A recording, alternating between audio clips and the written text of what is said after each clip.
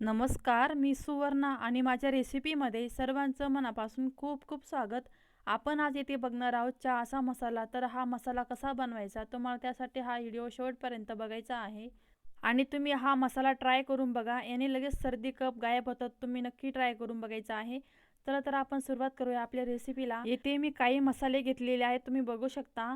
येथे 10 ग्राम सुंठ घेतलेली आहे, दालचिनी घेतलेली आहे 20 ग्राम, एक मसाला वेलची, एक जायफळ, येथे 10 ग्राम लवंग, 10 ग्राम मिरी, 10 ग्राम काळी मिरी, 10 ग्राम बडीशेप आणि 20 ग्राम येथे वेलची घ्यायची आहे.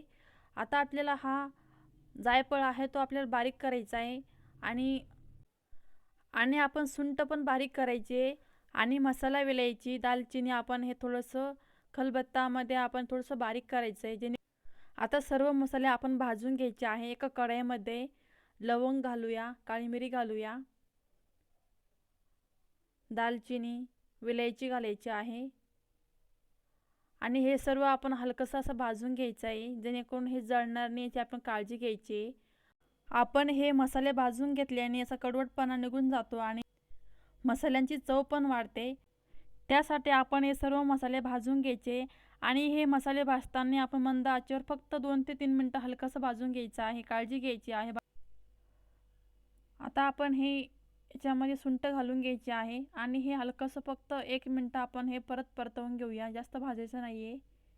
आता आपला हा मसाला भाजून झालेला आहे. आपण हा मिक्सरच्या भांड्यामध्ये दळून घ्यायचा आहे. मसाला दळताना आपण पहिले हा मसाला थंड करून घ्यायचा, नंतर आपण हा दळायला घ्यायचा आहे. तुम्ही इथे बघू शकता, खूपच छान आपला मसाला बारीक दळून झालेला आहे.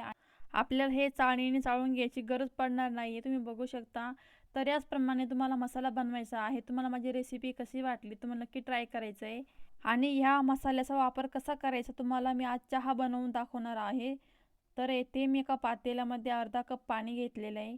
1 चमचा आपण चहा पत्ती घालायची आहे, चहा पावडर, आणि 2 चमचे साखर घालायची आहे. 2 कप चहाच्या अंदाजाने आपण हे साखर घेतलेली आहे आणि आपल्याला येथे 1 कप दूध घ्यायचं आहे. आता आपल्याला हे उकळी येऊ द्यायचं आहे. याच्यामध्ये आपण आता मसाला घालायचा आहे. तर येथे मी अर्धा चमचा चहा मसाला घातलेला आहे, तुम्ही बघू शकता. आणि याला छान असं उकळायचं आहे. 2 मिनिटे आपण चहा उकळून घेऊया. जेवढं जास्त वेळ आपण चहा उकळला तेवढा आपला चहा टेस्टी लागतो, तुम्ही बघू शकता. तर येथे आपण 2 कप चहा बनवलेला आहे. तुम्हाला माझी रेसिपी आवडली असेल तर नक्की ट्राय करा. याचप्रमाणे माझ्या नवनवीन रेसिपीज बघण्यासाठी चॅनलला सबस्क्राईब नक्की करा.